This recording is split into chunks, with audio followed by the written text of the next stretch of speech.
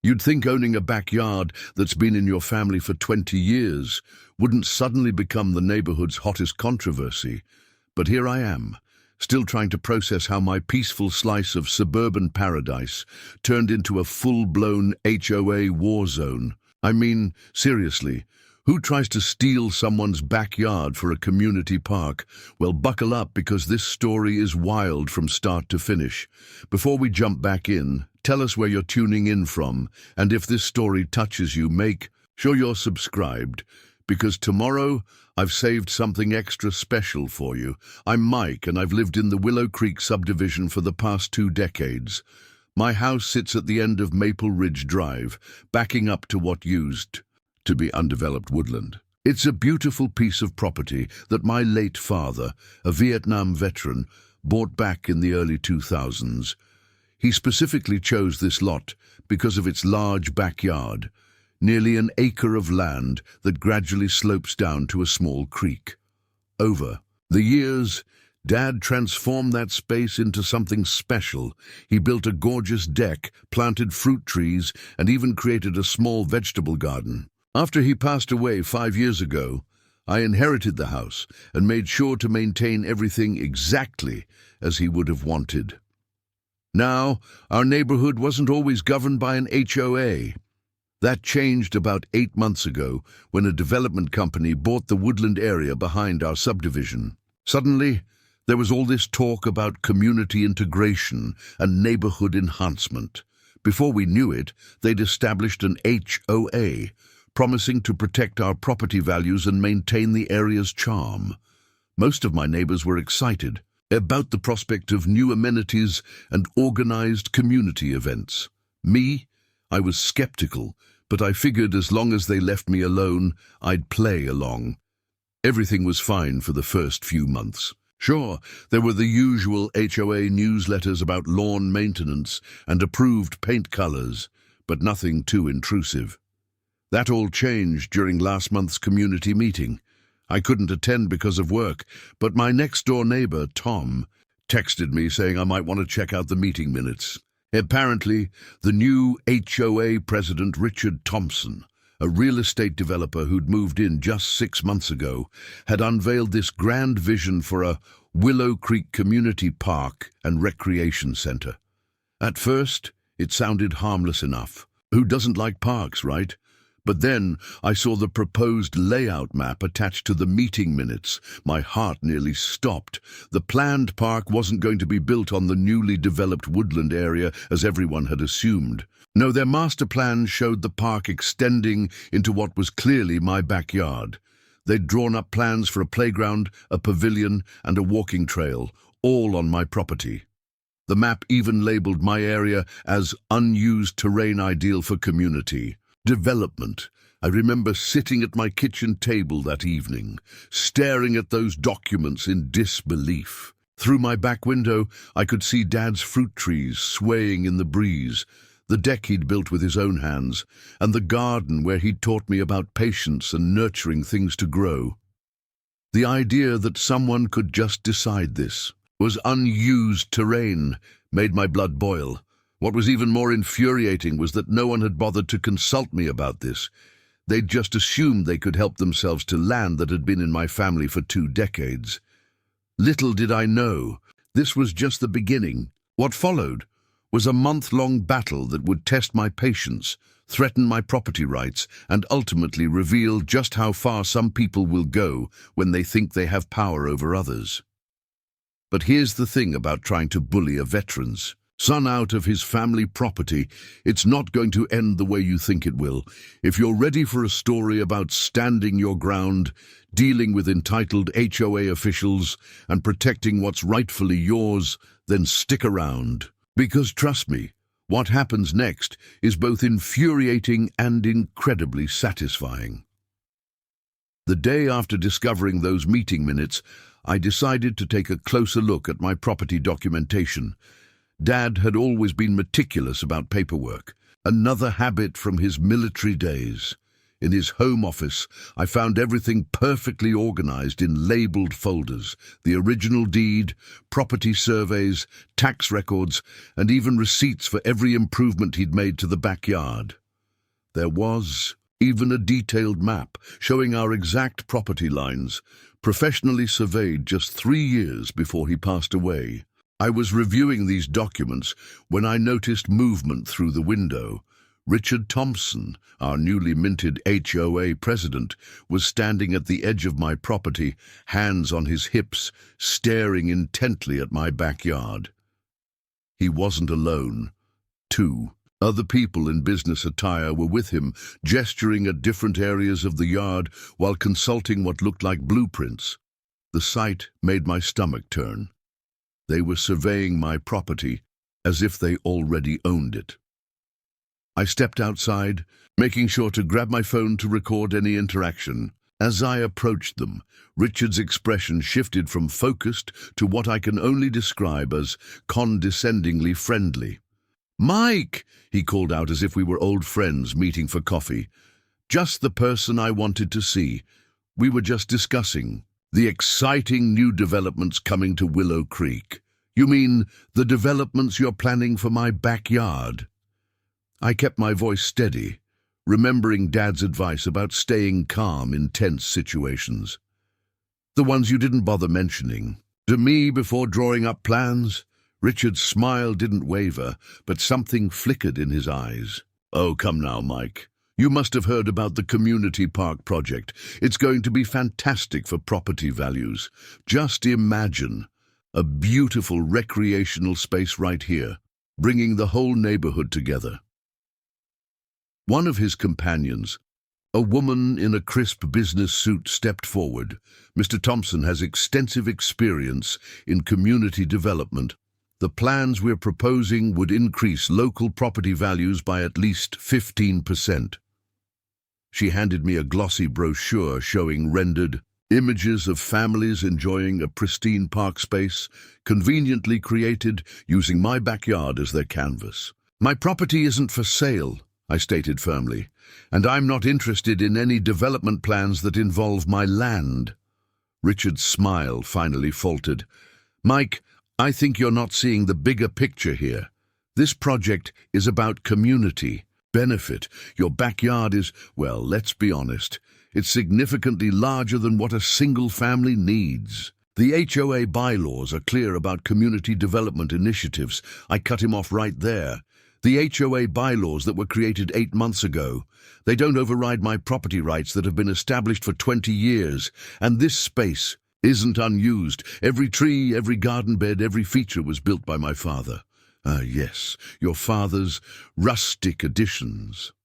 Richard's tone made my blood pressure spike. "But times change, Mike. Progress is inevitable. We're offering fair compensation for any displaced vegetation." That's when I noticed the third person in their group was taking photos of my backyard, without my permission, on my property. "You're all trespassing," I said, pulling out my phone and starting to record. "Please leave my property immediately." The woman in the suit quickly tucked away her brochure. Richard's friendly facade disappeared entirely. "We're conducting an official HOA property assessment. As president of an HOA that has no authority over my deeded property lines," I interrupted. "Leave now, or I'll call the police and report you for trespassing." They left, but not before Richard turned back with what he probably thought was an intimidating look. "This isn't over, Mike. The community park is happening. You might want to think carefully about making this difficult for everyone. Nobody likes an uncooperative neighbor." As I watched them walk away, I noticed several of my neighbors had come out to watch the confrontation. Some quickly went back inside when I looked their way, but my next-door neighbor Tom gave me a supportive nod.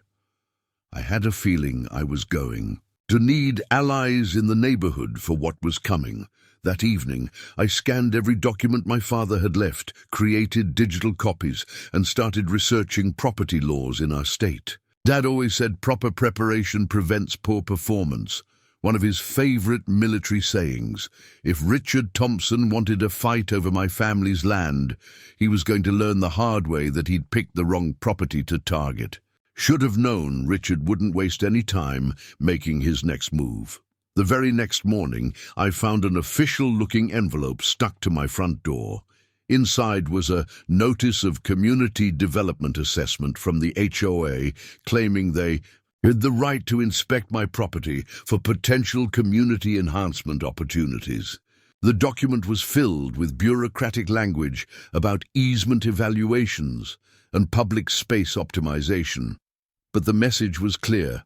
They were trying to establish some kind of legal precedent for accessing my land, preparing and narrating. This story took us a lot of time, so if you are enjoying it, subscribe to our channel. It means a lot to us. Now back to the story. What really caught my attention was a highlighted section referring to something called adverse possession laws. A quick Google search made my jaw drop. They were actually trying to argue that because my backyard was underutilized, the HOA might have grounds to claim parts of it for community use. The sheer audacity of it was almost impressive. I took the notice to work with me that day to show Brandon, a buddy of mine who happens to be a real estate attorney. When he read it, he actually laughed out loud. "This is amateur hour stuff," he said, pointing to various sections. "They're throwing legal terms around hoping to intimidate you, but half of these citations don't even apply in our state. And adverse possession? That's a joke. You've been actively maintaining this property for decades." Brandon helped me draft a formal response, citing actual property laws and reminding the HOA of the limits of their authority. We sent it certified mail to ensure they couldn't claim they never received it. But we both knew this was just the opening move in what would likely be a lengthy battle. That afternoon, I received an email from the HOA announcing an emergency community meeting scheduled for the following evening. The agenda included items like discussion of community growth initiatives and property utilization standards review. No direct mention of my backyard, but the implications were pretty obvious. I decided to do some digging before the meeting. Remember Tom, my neighbor who'd warned me about the initial park plans? He's lived in the neighborhood even longer than I have, and he had some interesting information to share. Over a beer in his garage, he told me that Richard's development company had actually tried to buy the woodland area behind our houses for much less than it was worth, planning to build luxury condos. When that failed, he'd moved into the neighborhood himself and worked his way onto the HOA board suspiciously quickly. "The park thing. It's just his backup plan," Tom explained. "If he can get control of enough connecting properties, including your backyard, he can still make his development work. He's done this before in other neighborhoods." This information changed everything. This wasn't just about a community park. It was about a developer trying to piece together land for his private venture under the guise of community improvement. The more I thought about it, the more things started making sense. I spent the rest of the evening preparing for the meeting. I gathered all my documentation, including the property surveys, tax records, and photographs, showing my family's continuous use and maintenance of the land. I even found old pictures of Dad working on his gardens and building the deck. If Richard wanted to claim my land was underutilized, he'd have to explain away 2 decades of documented improvements and care. But I wasn't prepared for what I found when I got home from Tom's house. Someone had been in my backyard, and they hadn't tried to hide it. There were small orange survey flags placed throughout the yard, marking what I assumed were their planned development zones. They'd even attached notices to some of Dad's fruit trees, marking them for voluntary relocation under Community Beautification Initiative. I was taking pictures of these unauthorized additions to my property when a car drove by slowly. Richard was behind the wheel, and the smug look on his face told me everything I needed to know. He was trying to send a message that my property was already as good as his, What he didn't realize was that he'd just made a serious mistake. Those survey flags and notices weren't just an annoyance. They were documented evidence of trespassing and harassment. As I carefully photographed and logged each unauthorized addition to my yard, I couldn't help but smile a little. Dad always said that sometimes you have to let your opponent think they're winning before you show your hand. Tomorrow's emergency meeting was going to be very interesting indeed. The emergency meeting was held in the newly built community center. Ironically, one of Richard's first improvements after taking over the HOA. I arrived 15 minutes early to find the parking lot already packed. Word had clearly gotten around about what was happening, and it seemed like the entire neighborhood had turned out to watch the show. Inside, the room was arranged like a small courtroom, with Richard and his board members seated at a long table. At the front, they'd even set up a projector screen displaying what looked like architectural renderings, real, subtle. I took a seat in the front row, placing my folder of documentation on my lap. Tom sat next to me, giving me a reassuring nod. Richard called the meeting to order exactly at 7 p.m., wearing what I can only describe as his best corporate warrior outfit, expensive suit, power tie, and an expression of practiced concern. "Thank you all for coming to this important community meeting," he began, his voice carrying that artificial warmth I was starting to recognize. "We're here to discuss exciting developments that will enhance our neighborhood's value and livability." For the next 20 minutes, he and his team presented their vision for the Willow Creek Community Paradise, complete with computer-generated walkthrough videos showing happy families enjoying what was very clearly my backyard, transformed into a public park. They'd added a playground where Dad's vegetable garden stood, a pavilion replacing his deck, and a walking trail winding through what used to be our fruit trees. The presentation was polished, professional, and completely disconnected from reality. "As you can see," Richard concluded, gesturing to the screen, "this project will increase property values by at least 20% and create a central gathering space for our community. All we need is cooperation from certain property owners who currently maintain excess land." That was my cue. I raised my hand, and Richard's smile flickered slightly before he acknowledged me. "Yes, Mike, you have a question about the project?" I stood up, holding my folder. "Not a question, Richard. More of a presentation of my own, if you don't mind. Since we're discussing my property, I think it's only fair that I share some relevant information with our neighbors." "This isn't really the appropriate time for—" Richard started, but several neighbors called out in support of letting me speak. He couldn't very well refuse without looking like he was trying to silence discussion. I walked to the front of the room, connected my phone to the projector, and brought up the first photo. A picture of my father in his military uniform standing proudly in our backyard 20 years ago. "This is where our story actually begins," I said, my voice steady. "Many of you knew my father. He chose this property specifically because of that backyard, and he spent 20 years turning it into something special." I clicked through more.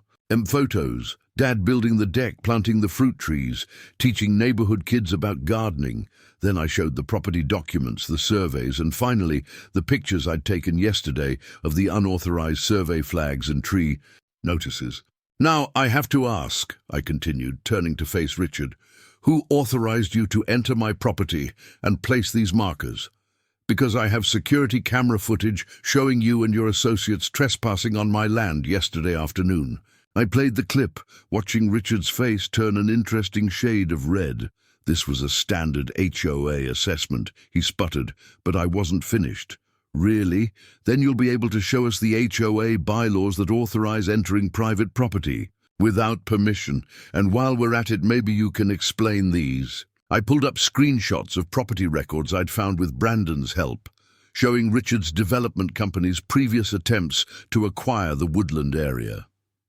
Interesting how this community park plan would connect directly to the land. "Your company tried to buy for condo development last year." The room erupted in murmurs. Richard stood up, his friendly facade cracking. These accusations are completely inappropriate. This meeting is about community development, not personal attacks. You made it personal when you marked my father's trees for voluntary relocation, I replied, my voice growing harder. A Vietnam veteran's legacy is not your development opportunity. That's when Sarah Anderson, one of the original neighborhood residents, stood up from the back of the room. I remember when Mike's father helped my kids plant their first tomatoes in that garden, she said loudly. That backyard has been a part of this community for 20 years. Just not in the way you want to use it, Mr. Thompson. Sarah's words seemed to break a dam in the room. Suddenly, other neighbors were standing up, sharing their own memories of my father and his backyard. Mrs. Chen talked about how Dad had helped her start her own garden after she moved in. The Petersons remembered the time he'd hosted the neighborhood kids for an outdoor astronomy lesson on his deck. Each story was another nail in the coffin of Richard's unused terrain narrative. Richard tried to regain control of the meeting, banging his gavel like he was performing in some sort of community theater production of Law and Order. This is all very touching, he said, his voice dripping with condescension, but it doesn't change the fact that the HOA has a responsibility to manage community development. The bylaws clearly state, Actually, Tom interrupted, standing up with his own folder, I've been reviewing those bylaws pretty carefully. Article 4, Section 7 specifically states that any community development project requiring the acquisition or modification of private property must be approved by a supermajority of homeowners, that's 75% of us, before any action can be taken, including property assessments and surveys. I hadn't even known about that provision. Tom gave me a quick wink as Richard's face went from red to purple. That's a misinterpretation of Richard started, but Tom wasn't finished. And according to Article 2, Section 3, HOA board members must disclose any potential conflicts of interest related to community projects, like, say, owning a development company that would benefit from acquiring certain properties. Tom looked around the room. Has the board made any such disclosures? The other board members were starting to look uncomfortable.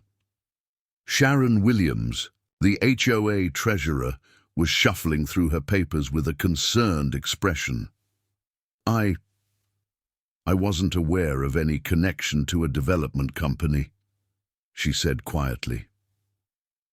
Richard slammed his hand on the table. This is ridiculous. We're trying to improve the neighborhood, increase property values, create something beneficial for everyone. Instead, we're listening to emotional appeals about vegetable gardens and stargazing parties. Those emotional appeals you're dismissing, that's called community, I responded, keeping my voice calm. The real community, not the one in your fancy 3D renderings. And speaking of those renderings, I clicked to the next slide on my presentation, showing a side-by-side comparison of Richard's proposed park plans and eerily similar designs from his company's previous failed condo development project. Interesting how the layout of this community park exactly matches the common areas from your luxury condo proposal. The room erupted again, but this time Richard had lost his audience completely. People were standing up, demanding answers, asking about other recent HOA decisions.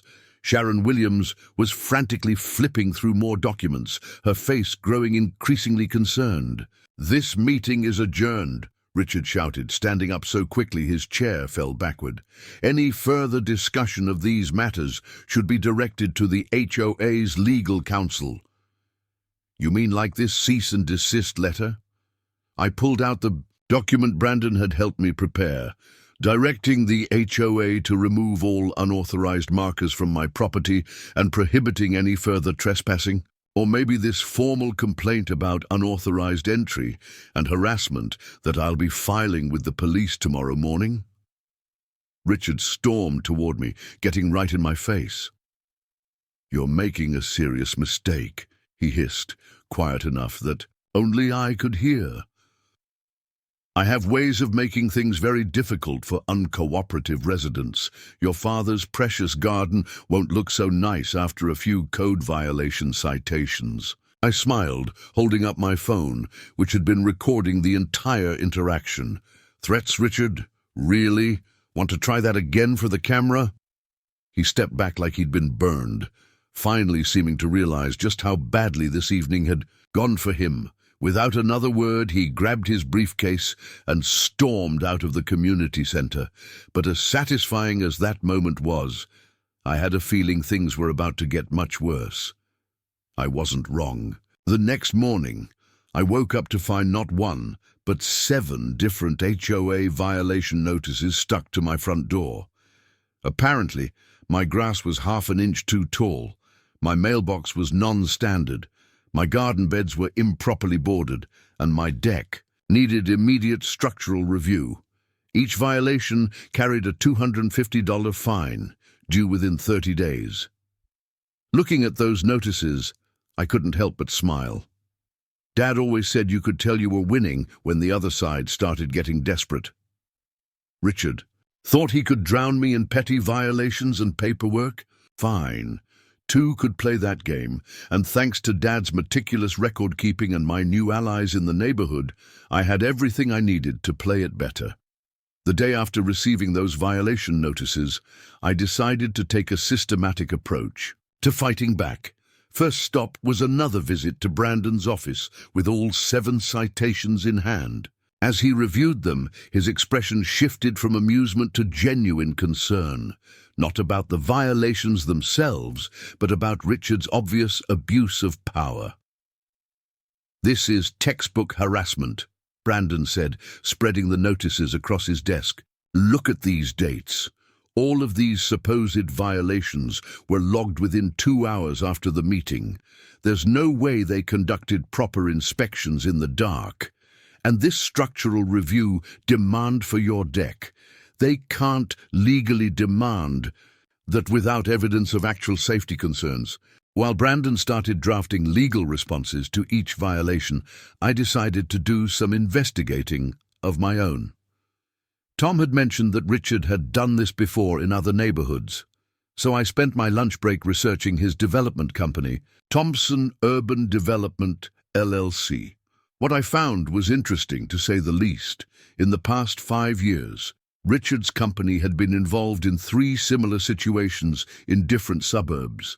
The pattern was always the same: buy into a neighborhood, get on the HOA board, then use HOA regulations to pressure specific homeowners into selling strategically located properties. One elderly couple had actually lost their home after being bankrupted by endless HOA fines and legal fees. I was documenting all of this when I got an urgent text from Mrs. Chen. "Check your email now. You need to see this." The email she was referring to was a notice about another emergency HOA meeting, but this one was different. The board was calling for a vote of no confidence in Richard's leadership, citing concerning evidence of ethical violations and conflicts of interest. Apparently, Sharon Williams, the HOA treasurer, had done some digging of her own after the last meeting. She discovered that Richard had been using HOA funds to pay for the architectural renderings and surveys, services that had been contracted through shell companies connected to his development firm. The HOA was effectively paying Richard's company to plan the takeover of my property, but Richard wasn't going down without a fight. Within an hour of the no confidence vote announcement, another email went out to all residents. This one was from Richard directly, claiming he was the victim of a coordinated harassment campaign by anti-development elements in the neighborhood. He even had the nerve to suggest that my father's military service was being exploited to obstruct necessary community improvements. That last bit was a step too far. I was about to call Brandon in a rage when my doorbell rang. It was Sarah Anderson, and she wasn't alone. At least 15 neighbors had gathered on my front lawn, including Tom, Mrs. Chen, and even Sharon Williams herself. "We saw Richard's email," Sarah said, her face set with determination. "And we've had enough. We've been going door to door, gathering signatures for the no-confidence vote. But we want to do more than just remove him from the board. We want to help you protect your property permanently." Sharon stepped forward, holding a stack of papers. "I've been reviewing our HOA charter.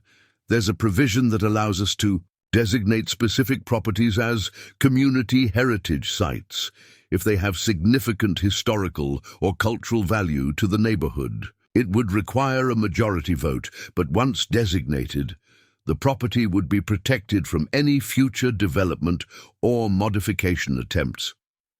"We've already got 30 signatures supporting the designation," Tom added. "People remember your father, Mike.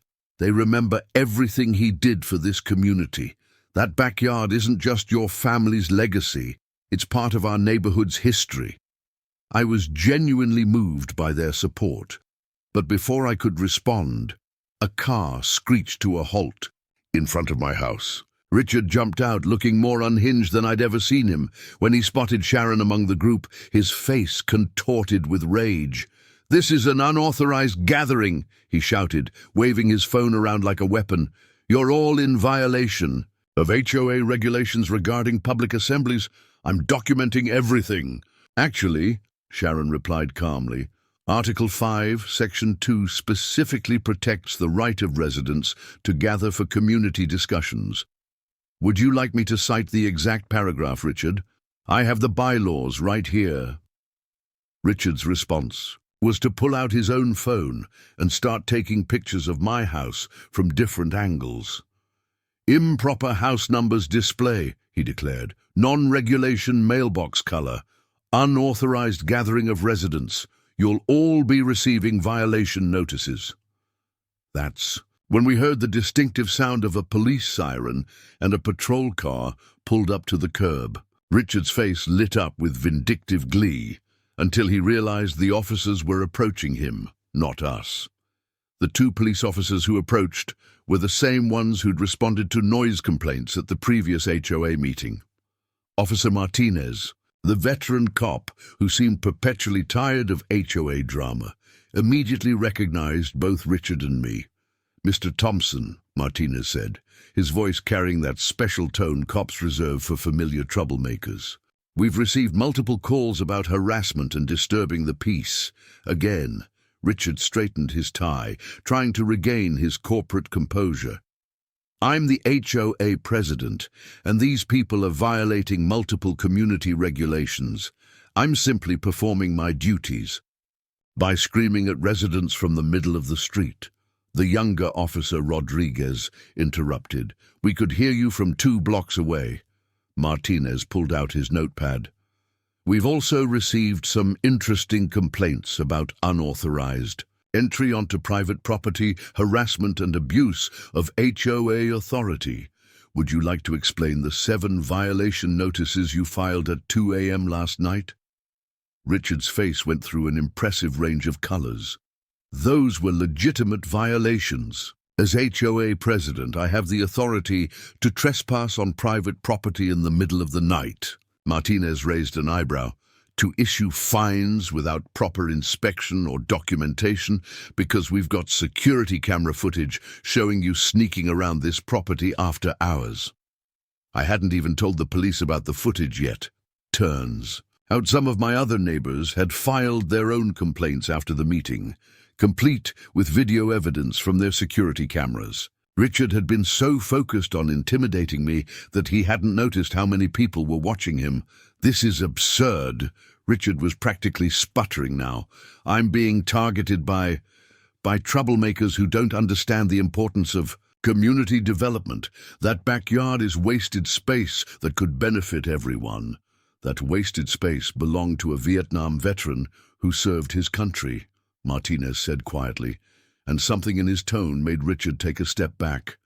"A man who used it to help his neighbors and teach their kids. I know because my own kids learned about gardening in that backyard." That revelation hit me hard. I hadn't made the connection, but Officer Martinez's teenagers had been among the neighborhood kids Dad had mentored years ago. The community connections ran deeper than I'd realized. Now, Martinez continued, we've got documented evidence of harassment, trespassing, and potentially fraudulent use of HOA authority. The district attorney's office is very interested in looking into this situation, especially given the similar complaints from other neighborhoods where you've operated. Richard's lawyer mask finally cracked completely. You can't prove anything. This is all circumstantial, and when my development company's legal team— Oh, your development company. Rodriguez pulled out his own notebook. Would that be Thompson Urban Development LLC? Because they're very interested in speaking with you, too. Something about unauthorized use of company resources and potential securities violations? That stopped. Richard cold. What do you mean? Sharon stepped forward, still holding her stack of HOA documents. I took the liberty of forwarding all the financial records to the relevant authorities. The way you've been mixing HOA funds with your company's accounts, well, let's just say your corporate board had some questions.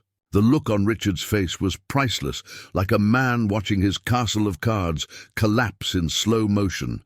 He opened his mouth, closed it, then suddenly bolted for his car.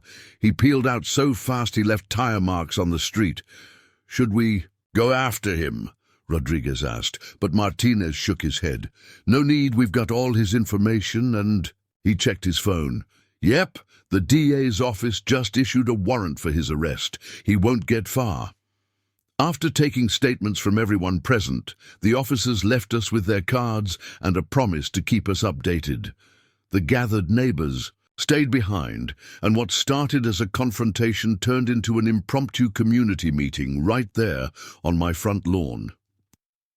We need to act fast, Sharon said, pulling out the heritage site paperwork.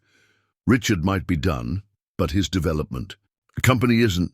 We need to protect this property before they try to send someone else to do their dirty work. Tom nodded, already pulling up property records on his tablet. I've been doing some research. Turns out there are several other veterans in the neighborhood who've created similar spaces. We could expand the heritage site designation to protect all of them. As my neighbors gathered around, planning and organizing, I felt a profound sense of gratitude. Dad had always said that the strongest fences were built by good neighbors standing together. Looking at these people fighting to protect his legacy, I finally understood exactly what he meant. The next few days were a whirlwind of activity in our neighborhood.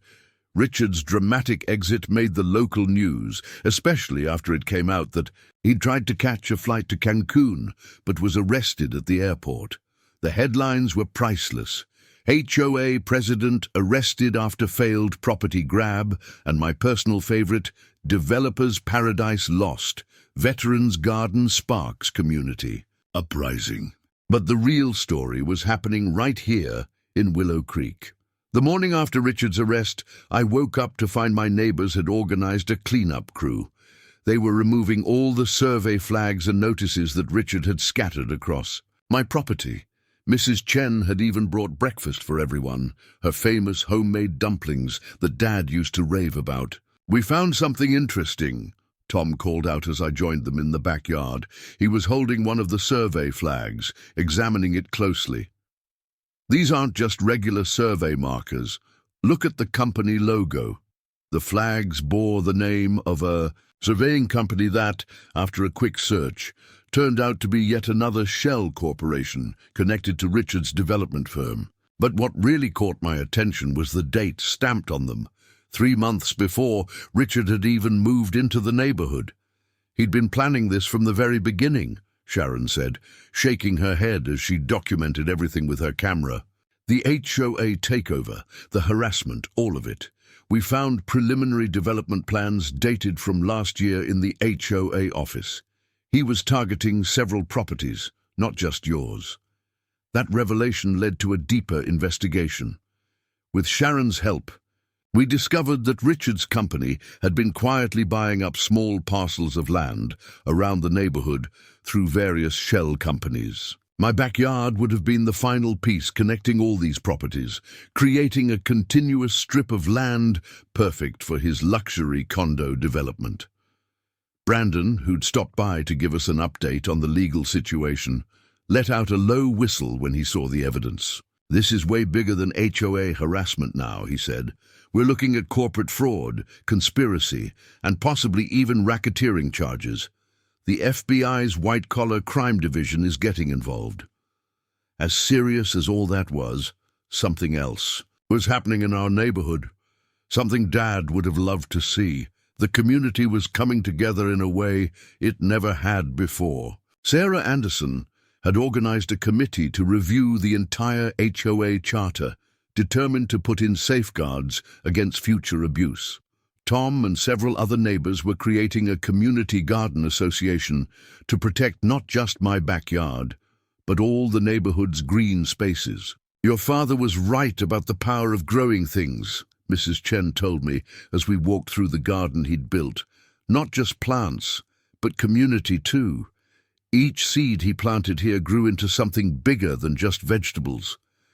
She wasn't exaggerating.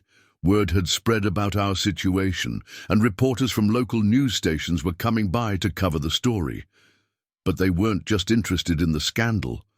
They were captivated by the garden itself and what it represented. One reporter, a young woman named Julia, spent hours interviewing neighbors about their memories of Dad and his impact on the community.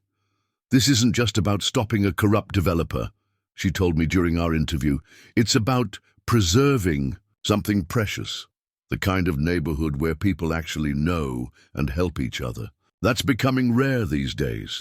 The heritage site designation was moving forward quickly. Sharon had discovered that Dad wasn't the only veteran who'd created something special in our neighborhood. 3 streets over, Mr. Rodriguez, a retired Marine, had built a beautiful meditation garden that he used to help other vets dealing with PTSD.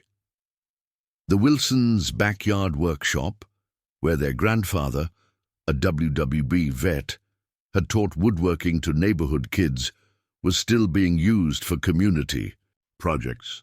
"We're not just protecting properties," Sharon explained during a community meeting held on my deck, the same deck Dad had built. "We're preserving spaces that tell our neighborhood's story. These aren't just yards and gardens, they're living monuments to the people who made our community what it is." As I listened to my neighbors sharing stories and making plans, I noticed something had changed. The property lines that Richard had been so obsessed with marking and measuring seemed less important now. The boundaries between yards felt more like connections than divisions. Dad had understood that all along. His garden had never really been just his. It had always belonged to the community in its own way.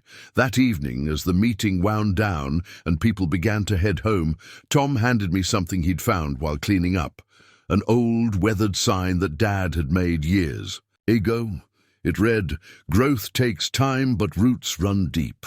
He'd hung it by his first garden bed, and somehow it had survived all these years. Finding Dad's old sign felt like a sign itself, but we weren't out of the woods yet. The morning after our community meeting, I received a certified letter from Thompson Urban Development's corporate office. It was exactly what we'd been worried about. Despite Richard's arrest, his company wasn't giving up on their plans. The letter was pure corporate doublespeak, filled with phrases like amicable resolution and mutually beneficial arrangement. But the message was clear. They were offering to buy my property for what they called a generous premium over market value. If I refused, they were prepared to pursue all available legal remedies to achieve their development goals. I took the letter to Brandon's office, where he was already meeting with Sharon and 2 other neighbors who'd received similar offers. The development company was trying to buy out every property that had been part of Richard's original plan. "They're desperate," Brandon said, examining the letters. "Richard's arrest has put their entire project timeline in jeopardy. They're trying to salvage what they can before the criminal investigation reveals everything." Sharon had brought her own stack of documents, more evidence she'd uncovered from the HOA records. "Look at this," she said, spreading out a series of maps. "These development plans don't just affect our neighborhood. They're part of a larger project spanning 3 different subdivisions. If they can't get these properties, their whole scheme falls apart." That's when Officer Martinez called with some interesting news. The FBI's investigation had uncovered a pattern of similar schemes across multiple states. Richard wasn't just a corrupt HOA president. He was part of a larger corporate strategy to use HOA takeovers as a way to force property acquisitions. "They're calling it Operation Garden Snake," Martinez explained. "These developers target neighborhoods with specific characteristics: established communities, larger lot sizes, strategic location. Then they infiltrate the HOA and use it to pressure homeowners into selling. Your neighborhood isn't the first, but we're hoping to make it the last." The news hit hard. This wasn't just about my backyard anymore. It was about standing up to a systematic attempt to destroy communities for profit. But we weren't facing it alone. As word spread about the corporate letters, more neighbors stepped forward to help.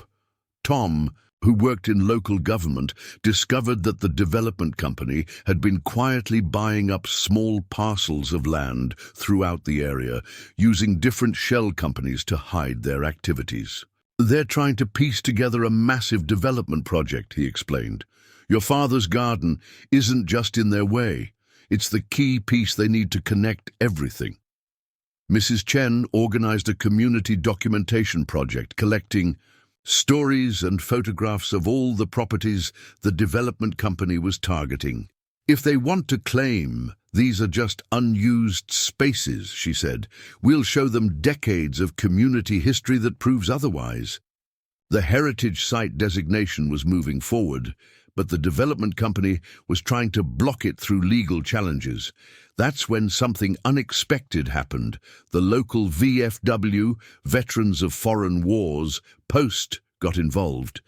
They'd heard about Dad's garden and the attempt to destroy it, and they weren't having it. "Your father was one of ours," the post commander told me during a visit to the garden. "And so were a lot of other folks who built this community. We're not about to let some corporation erase their legacy." The VFW brought in their own legal team to support our heritage site application. They also helped us organize a community event that turned into something much bigger than we'd expected. Veterans from across the city came to show their support, sharing stories about how spaces like Dad's garden had helped them readjust to civilian life. Local media coverage of the event caught the attention of state legislators. 2 state representatives visited the neighborhood, walking through Dad's garden and listening to stories about how it had impacted the community. By the end of their visit, they were talking about proposing legislation to protect established community spaces from predatory development practices. The development company's response was to send another letter, this time with an even higher offer and a thinly veiled threat about extended legal proceedings that could burden the community indefinitely. They clearly didn't understand what they were up against. I gathered everyone in my backyard, now our unofficial community meeting space, to discuss the letter. Looking around at my neighbors, the veterans who'd come to support us, and the garden Dad had built, I knew exactly what we needed to do. The development company thought they could wear us down with legal threats and corporate pressure. They were about to learn what Dad always said about gardens. The strongest plants are the ones that face the storm together. The day after our community meeting, we launched what Tom called Operation Garden Shield. While the development company was trying to intimidate us with corporate lawyers and threatening letters, we decided to fight back by showing exactly what they were trying to destroy. Brandon had a brilliant idea. We would invite the company's board of directors to a community event in my backyard. Let them try to justify destroying this place when they're standing right in it, he said.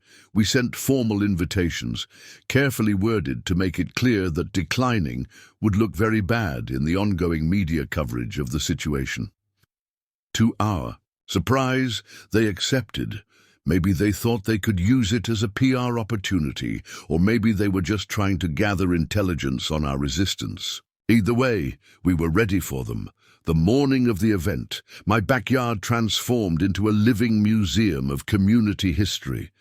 Mrs. Chen set up a photo gallery showing 20 years of neighborhood gatherings, children's gardening classes, and veteran support meetings. The VFW Post brought displays about military veterans' contributions to the community, featuring Dad and other service members who'd helped build our neighborhood.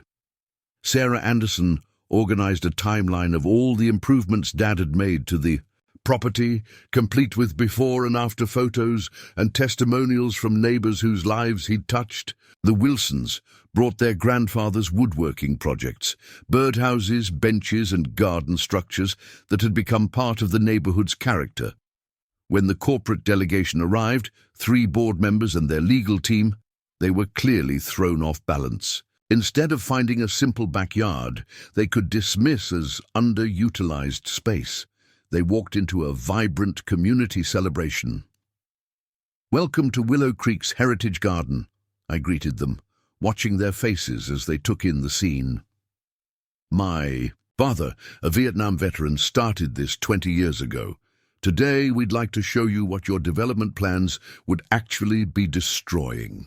The board members tried to maintain their corporate composure, but I could see their expressions changing as neighbors approached them one by one, sharing personal stories. Mr. Rodriguez, the Marine veteran, told them about how working in Dad's garden had helped him cope with PTSD. "This isn't just dirt and plants," he said, "it's healing ground." A group of teenagers, led by Officer Martinez's kids, demonstrated the community science program they'd started in the garden, inspired by Dad's old astronomy nights. They'd even built a small weather station and were collecting data for a local climate study. The corporate lawyers kept trying to steer the conversation toward development potential and property values, but every time they did, another neighbor would step up with a story that showed the true value of what we'd built here. The turning point came when Sarah's daughter, now a college student studying environmental science, explained how Dad's gardening lessons had inspired her career choice. She'd brought her thesis project, a study on how community gardens improve mental health and social cohesion in urban areas. She'd used our neighborhood as her primary case study. "Your development plans don't just threaten a piece of land," she told the board members. "They threaten a living laboratory of community building and healing. How do you put a dollar value on that?" I could see the board members exchanging uncomfortable glances. Their legal team was furiously taking notes, probably trying to figure out how to spin this in their favor. But the real surprise came from one of the board members himself, an older gentleman who'd been quietly observing everything. "My father was in Vietnam too," he said suddenly, looking at a photo of Dad teaching kids about composting. "He came back different, couldn't readjust, never found a place like this where he could heal." He turned to his colleagues. "Are we really going to be the ones to destroy something this important?" The corporate lawyers tried to intervene, but the damage to their narrative was done. The human reality of what they were trying to destroy had become impossible to ignore. As the event wound down, Brandon discreetly handed me a note. The state representatives who'd visited earlier had just called. The heritage site designation had been fast-tracked and approved.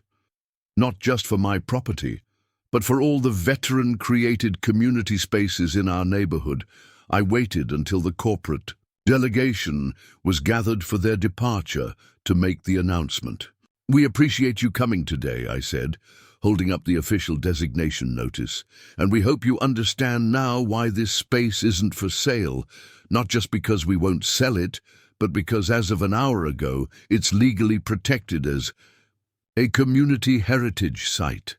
The corporate board members' faces when I announced the heritage site designation were a study in conflicting emotions. The lawyers immediately started whispering among themselves, pulling out phones and frantically making calls. But the older board member who'd spoken about his father just nodded slowly, a hint of a smile playing at the corners of his mouth. "Sir," one of the lawyers started, "we need to discuss the potential legal challenges to this designation." "No," the older board member interrupted, his voice firm. "We're done here." He turned to his colleagues. "I move to immediately cease all development activities in this neighborhood and withdraw our property acquisition efforts." The other board members looked stunned, but something had clearly shifted. They'd seen firsthand what their corporate reports and property assessments had missed. The living, breathing community their plans would destroy. But we weren't naive enough to think it was over.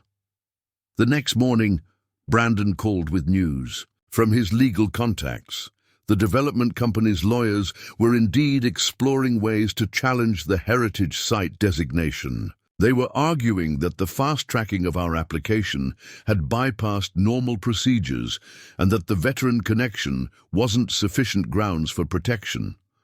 "They're desperate," Brandon explained. "The FBI investigation into Richard's activities is expanding, and they're worried about what might come out. They're trying to salvage something from this mess before everything unravels." That's when Officer Martinez showed up with some interesting information. The FBI had uncovered emails between Richard and corporate executives dating back over a year. They detailed the entire plan, how Richard would move into the neighborhood, get elected to the HOA board, and use his position to pressure specific homeowners into selling. "But here's the really interesting part," Martinez said, showing me some documents. "Your father's garden wasn't just in their way. It was specifically targeted because of what it represented. They saw community spaces like this as obstacles to their development strategy, places where people come together, build connections, support each other. They make it harder to pressure residents into selling. The discovery of these emails changed everything. Not only did they prove the corporate conspiracy, but they also revealed a pattern of targeting veteran-created community spaces in other neighborhoods. The VFW Post was livid when they heard about this. "They're not just going after property," the Post commander said during an emergency meeting at my house. "They're trying to erase veteran legacies." Well, not this time. The VFW launched their own media campaign, reaching out to veterans groups across the country. Stories started emerging from other communities where similar tactics had been used. My father's garden became a symbol of resistance against corporate attempts to destroy community spaces. Local news stations picked up the story again, but this time with a different angle. Instead of focusing on the conflict, they highlighted the positive impact of veteran-created community spaces. They interviewed families who'd benefited from Dad's gardening programs, veterans who'd found peace working in similar spaces, and community members whose lives had been enriched by these gathering places. The development company's corporate office was being flooded with calls and emails from veteran organizations, community groups, and media outlets. Their stock price took a hit as investors questioned the ethics of their development strategies. Then came the bombshell. One of their former executives, inspired by our story, came forward as a whistleblower. He provided documents showing that targeting veteran-created community spaces wasn't just Richard's idea, it had been corporate policy. They specifically looked for neighborhoods where veterans had created gathering spaces, believing these communities would be easier to break apart once their central meeting places were destroyed. "Your father's garden wasn't just in their way," Brandon explained as we reviewed the whistleblower documents. "It was exactly what they were afraid of, a place that turned neighbors into a community, that gave people a reason to stand together. The evidence was damning, but what really sealed their fate was a discovery Sarah made while organizing the community's photo archives. She found an old newspaper article about Dad from just after he returned from Vietnam. In it, he talked about his dream of creating a space where veterans and civilians could come together, where the act of growing things could help heal the divisions he saw in society. Dad's old newspaper interview changed the entire narrative. Here was proof that this garden wasn't just a random backyard project. It was a Vietnam veteran's deliberate attempt to heal community wounds and bridge divides. The corporate lawyers who'd been preparing to challenge our heritage site designation suddenly found themselves facing not just a legal battle, but a public relations nightmare. The state representatives who'd helped fast-track our heritage site designation took things a step further. They introduced legislation specifically protecting veteran-created community spaces, calling it the Veterans Legacy Protection Act. They even used Dad's quote from the old article in their presentation to the state legislature. Sometimes the best way to heal a divided community is to give them something to grow together. But the real changes were happening right here in our neighborhood. The development company's whistleblower revelations had exposed similar schemes in other communities, and people started reaching out to us for advice. Tom created a website documenting our fight and providing resources for other neighborhoods facing similar threats. Sharon developed a guide for identifying and challenging predatory HOA takeovers. Your father's garden isn't just surviving, Mrs. Chen told me one evening as we watched a group of veterans teaching kids about plant cultivation. It's spreading. Like the seeds he used to give away, it's growing into something bigger than anyone expected. She was right. The VFW had started a program called Growing Veterans' Legacies, helping other veterans create community spaces in their neighborhoods. They used Dad's garden as a model, emphasizing the importance of making these spaces true community gathering places, not just private gardens. The FBI investigation was also bearing fruit. Richard had taken a plea deal, agreeing to testify about the corporate conspiracy in exchange for a reduced sentence. His testimony revealed just how systematic the development company's tactics had been. They had targeted dozens of communities, always looking for tight-knit neighborhoods they could disrupt and exploit. They specifically went after places with strong community bonds, Brandon explained as we reviewed the case documents. Places like your father's garden, where people came together regularly. Their strategy was to break those bonds, isolate homeowners, make them feel like they had no choice but to sell. The development company's board was facing their own reckoning. After the whistleblower's revelations and Richard's testimony, shareholders were demanding answers. The older board member, who'd spoken about his Vietnam veteran father, became an unexpected ally, pushing for a complete overhaul of the company's practices. "We lost our way," he admitted during a community meeting held in my backyard, the same space his company had tried to destroy. We saw properties as assets on a spreadsheet, not as living parts of a community. Your resistance here has forced us to confront that mistake. The company announced a complete withdrawal from all their predatory development projects. More surprisingly, they established a community space preservation fund, with my father's garden as its first protected site. It was a stunning turnaround, but as Dad used to say, sometimes the best fertilizer for change is a healthy dose of truth. Local government officials, inspired by our success, began reviewing development policies across the county. They were particularly interested in how veteran-created spaces could be protected and supported. The County Parks Department even started a program to provide resources and support for community gardens, using Dad's design principles as a guide. "Your father understood something fundamental," the county parks director told me during a site visit. "These spaces aren't just about growing plants, they're about growing community resilience. When people have a place to come together, to work, side by side, to share in the creation of something beautiful, that's when real community happens." The media attention brought unexpected visitors too. A group of Vietnam veterans from Dad's old unit heard about the garden and came to see it. Watching these elderly warriors walk through the spaces Dad had created, sharing stories about him, and their own struggles to find peace after the war, was deeply moving. "Mike," one of them said, his voice thick with emotion, "your father talked about this garden even back in Nam.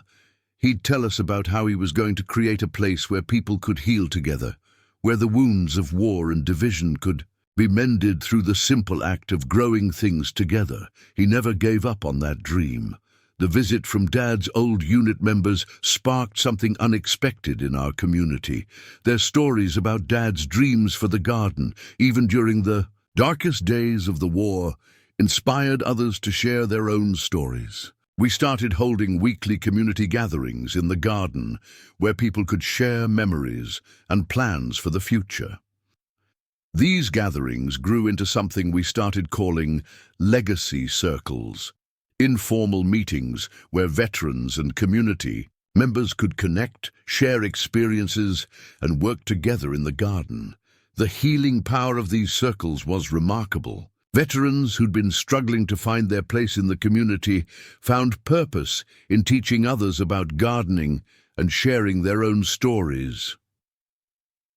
One evening, during one of these circles, Officer Martinez brought a surprise visitor, the judge, who'd presided over Richard's case. She wasn't there in an official capacity, but rather to see for herself what all the testimony had been about. "I've sentenced a lot of white-collar criminals," she told us, looking around at the garden, "but this case was different. Usually the damage is measured in dollars and cents. Here, they tried to destroy something priceless, a community's heart." The judge's visit led to an interesting development. She connected us with a legal advocacy group that specialized in community preservation. They were interested in using our case as a model for helping other neighborhoods protect their communal spaces. "What happened here isn't unique," their lead attorney explained during a meeting on my deck. "Developers target community bonds because united neighborhoods are harder to exploit. Your father's garden became a symbol of resistance because it represented something they couldn't quantify on a spreadsheet: the power of shared space and shared purpose." The legal team helped us draft guidelines for other communities facing similar threats, but they also helped us understand just how significant our victory had been. The Heritage Site designation, combined with the Veterans Legacy Protection Act, had created a new legal framework for protecting community spaces. Sharon, who'd become something of an expert on community organization, started receiving invitations to speak at neighborhood association meetings across the state. She always began her presentations with a photo of Dad working in his garden. "This isn't just about protecting a piece of land," she would tell them. "It's about recognizing that some spaces have value that can't be measured in square footage or property assessments. They measure their worth in lives touched, communities strengthened, and legacies preserved." The development company's transformation continued to surprise us. The older board member who'd connected with our cause became their new CEO, and one of his first acts was to create a community impact assessment team. Any new development projects would have to evaluate not just the economic impact, but the social and cultural impact on existing communities. "Your father's garden taught us an expensive lesson," he told me during a follow-up visit. "Real estate development doesn't have to be about destroying communities. It can be about enhancing them, preserving what makes them special, while helping them grow sustainably." Even Richard's story took an unexpected turn. In prison, he'd started participating in a restorative justice program. He wrote a letter to the community, not asking for forgiveness, but acknowledging the harm he'd tried to do. "I saw your father's garden as an obstacle to progress," he wrote. "Now I understand that it was progress, just not the kind that shows up on a balance sheet. True progress is about building connections, not destroying them for profit." The FBI investigation had expanded to include development projects in other states, and more whistleblowers were coming forward. Communities that had lost their gathering spaces to similar schemes were now looking at ways to reclaim and restore them. Mr. Rodriguez, the Marine veteran who'd found healing in Dad's garden, started working with the VFW to create a network of veteran gardeners. They called themselves the Green Berets, a play on words that Dad would have loved, and their mission was to help establish and protect community gardens in neighborhoods across the country. "Your father knew something that took the rest of us too long to figure out," Mr. Rodriguez said during one of our legacy circles. "The strength of a community isn't in its buildings or property values. It's in the spaces where people come together, where they can put their hands in the soil and grow something together." As summer turned to fall, our victory had sparked a movement that none of us could have predicted. The story of Dad's garden and our fight to protect it had become a case study in community resistance against corporate overreach. Law schools were using our case to teach about property rights and community preservation. Urban planning programs were studying how spaces like Dad's garden could strengthen neighborhood bonds. But the most meaningful change was happening right here at home.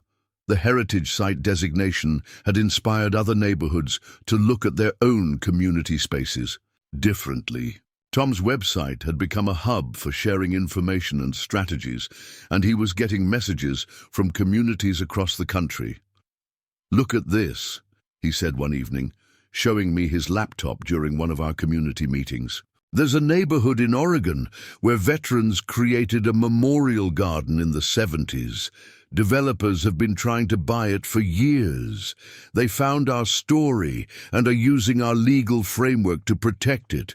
The county had started implementing what they called the Willow Creek Standard, a set of guidelines for evaluating community spaces based on their social and cultural impact, not just their economic value.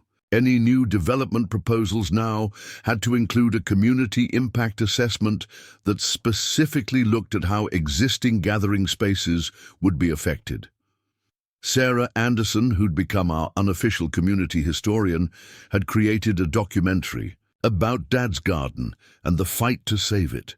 She interviewed neighbors, veterans, and even some of the corporate whistleblowers who'd helped expose the development company's tactics.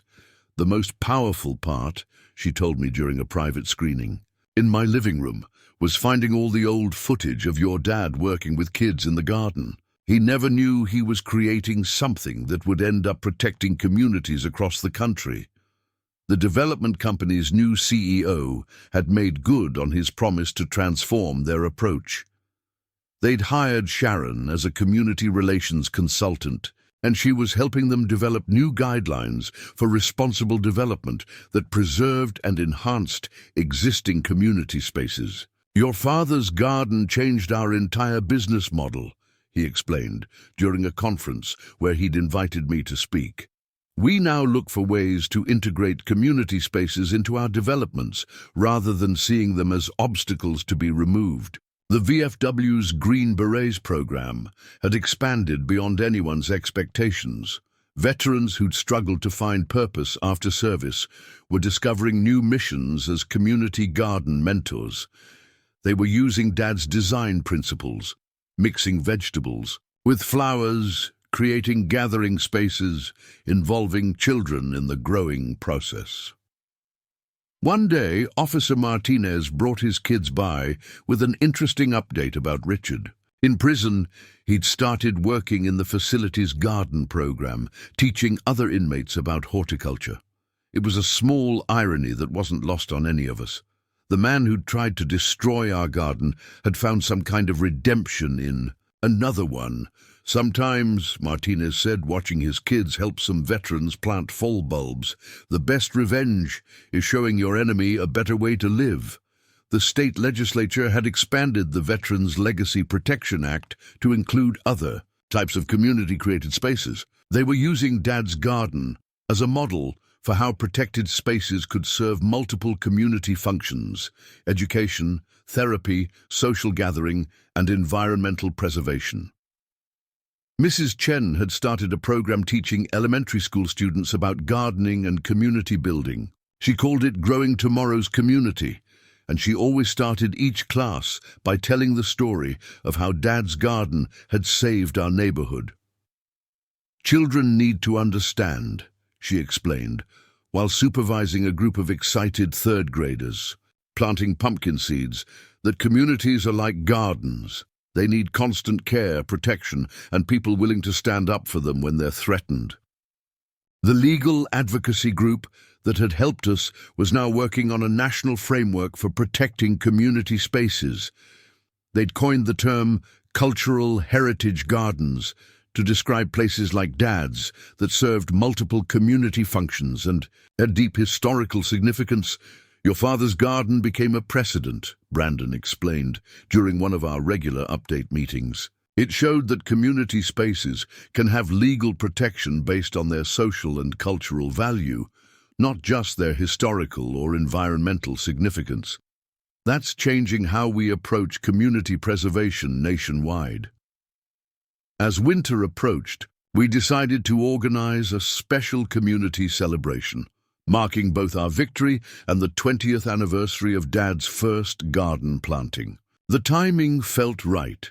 The Veterans Legacy Protection Act had just passed with bipartisan support, and communities across the country were using our case as a blueprint for protecting their own spaces. The celebration wasn't just about our victory, though. It was about recognizing how one person's vision could ripple out and affect countless lives. Veterans from Dad's old unit had flown in from across the country to attend. The VFW's Green Berets program had set up displays showing how they were implementing Dad's gardening principles in other communities. Even some of the corporate whistleblowers who'd helped expose the development company's tactics came to show their support. "Your father would be proud," Tom said as we set up for the event, "not just of saving the garden, but of how it's inspired others to protect their own community spaces." The morning of the celebration, I found something remarkable in Dad's old tool shed. Behind some garden tools, there was a worn journal I'd never seen before. It was his garden diary, starting from the day he bought the property. The first entry hit me hard. "Bought this place today. The backyard's just empty space. Now, but I can see what it could become." After NAM, we all came back looking for ways to heal. Some found it in therapy, some in work. I think I'll find mine in creating something that brings people together. Maybe that's what we were really fighting for, not just freedom, but the chance to build something meaningful with it. I was still reading when Mrs. Chen arrived early with her grandchildren. She found me sitting in the shed, tears in my eyes. Without a word, she sat down beside me, and I showed her the journal. She smiled as she read. "He knew," she said softly. "Even then, he knew this garden would be important, not just for him, but for all of us." The celebration turned into something more profound than we'd expected. People brought photos and mementos spanning the garden's 20-year history. Sarah Anderson had created a timeline showing how the space had evolved, not just physically, but in its role in the community. The county commissioner presented us with a proclamation declaring our neighborhood a model for community preservation. The development company's new CEO announced they were establishing a foundation to help other communities protect their gathering spaces, named in honor of Dad. But the most moving moment came when Mr. Rodriguez and the other veterans who'd found healing in the garden unveiled a small memorial they'd created. It was a simple stone marker with an inscription that brought tears to my eyes. "This garden stands as a testament to the power of growing things, vegetables, flowers, and most importantly, community. Created by a veteran who understood that the greatest battles are won not through destruction, but through nurturing life and bringing people together." During the ceremony, Officer Martinez shared something that put our entire fight into perspective. When Richard and his company targeted this garden, they thought they were just dealing with a piece of property, he said. They didn't understand. They were taking on 20 years of community bonds, veterans' healing, and children's memories. They never stood a chance. The celebration lasted well into the evening. Kids played among the raised beds where their parents had once learned about gardening from Dad. Veterans shared stories about how spaces like this had helped them find peace. Neighbors who'd stood together against corporate pressure now planned for the garden's future. Brandon pulled me aside at one point with an interesting update. The FBI investigation had led to a broader federal inquiry into predatory development practices nationwide. Your father's garden didn't just protect itself, he said. It's helping protect communities across the country from the same tactics. As the evening wound down, I found myself sitting on Dad's old deck, watching fireflies dance over the garden. Sarah's daughter, now studying environmental science in college, sat down beside me. "You know what's amazing?" she said, looking out over the garden. "When your dad built this, he was thinking about healing from one war. But this garden ended up helping us fight a different kind of war, the one against community destruction. And just like him, we won by growing something beautiful instead of destroying things." The day after the celebration, I spent the morning reading through more of Dad's journal. Each entry revealed another layer of thought and planning that had gone into creating this space. He hadn't just been building a garden. He'd been crafting a legacy, one carefully designed to bring people together and heal community wounds. The journal entries became especially poignant around the time he started inviting neighborhood kids to learn about gardening. "Today Tommy learned how to plant tomatoes," one entry read. "His father's still overseas. I see the same look in his eyes that I had after Nam. That need to create something good in a world that sometimes seems too dark." Maybe that's what these kids really need. Not just gardening lessons, but hope that they can grow something beautiful, even in difficult times. I was still reading when Tom stopped by with some surprising news. The development company's complete. Records had been released as part of the federal investigation, and he'd found something interesting. Years ago, they'd actually tried to buy the property from Dad. "Look at this," Tom said, showing me an old letter. They offered him 3 times the market value. His response is attached. Dad's reply was brief but powerful. "This garden isn't for sale at any price. Some things are worth more than money, like watching children learn where food comes from, seeing veterans find peace in working the soil, and knowing you've created a space where neighbors become family. If you're interested in real estate, investments, I suggest you look elsewhere. If you're interested in building community, you're welcome to join us for our Saturday morning gardening sessions." The letter was dated just 6 months before he passed away. He'd known the developers were circling, but he'd never mentioned it to me. Instead, he'd spent those last months teaching me everything he knew about maintaining the garden and its role in the community. That afternoon, we had an unexpected visitor.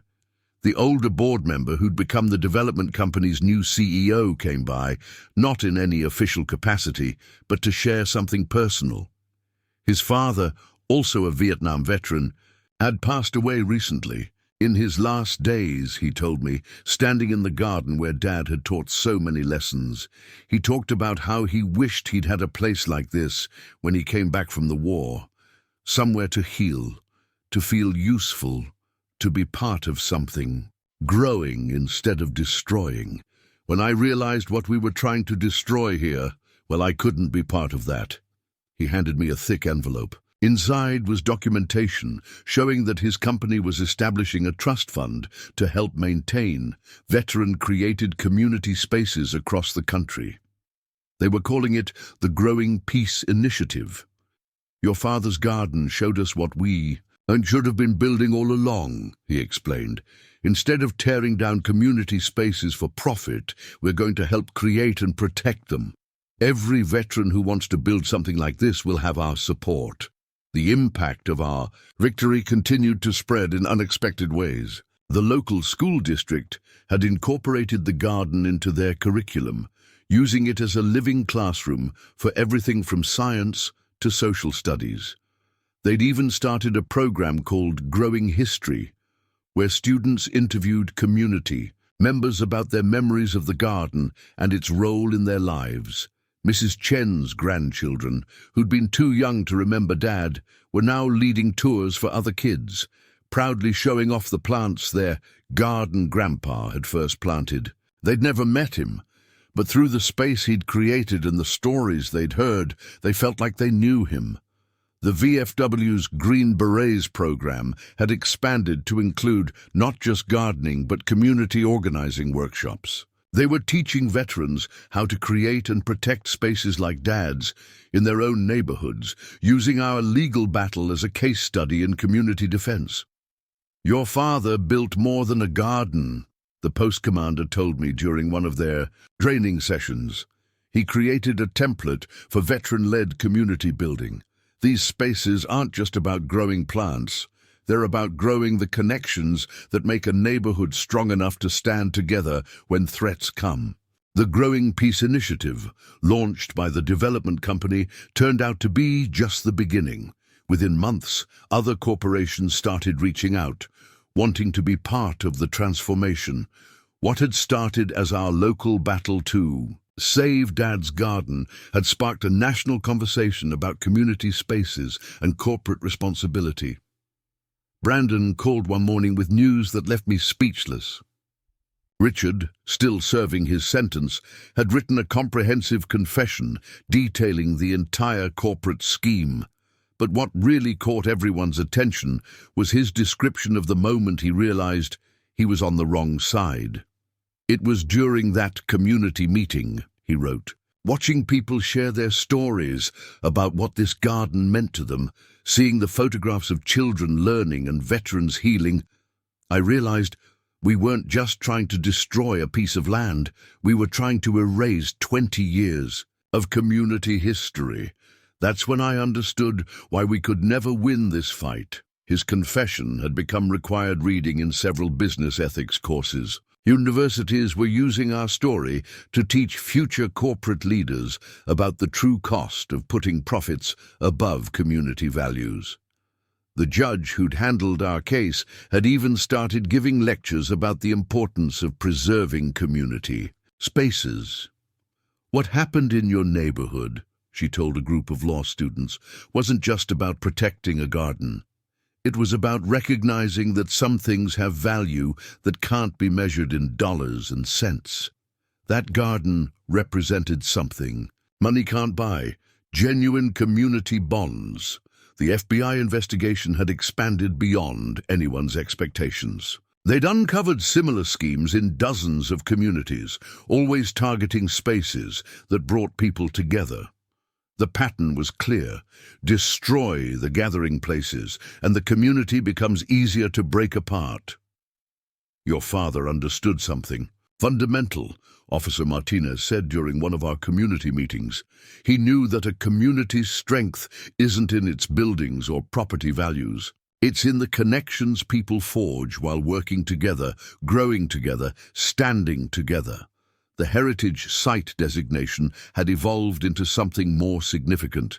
The state had created a special category called Veterans Community Legacy Sites, specifically protecting spaces created by veterans that served important community functions. Dad's Garden was designated as the first such site, with its history and impact documented for future generations.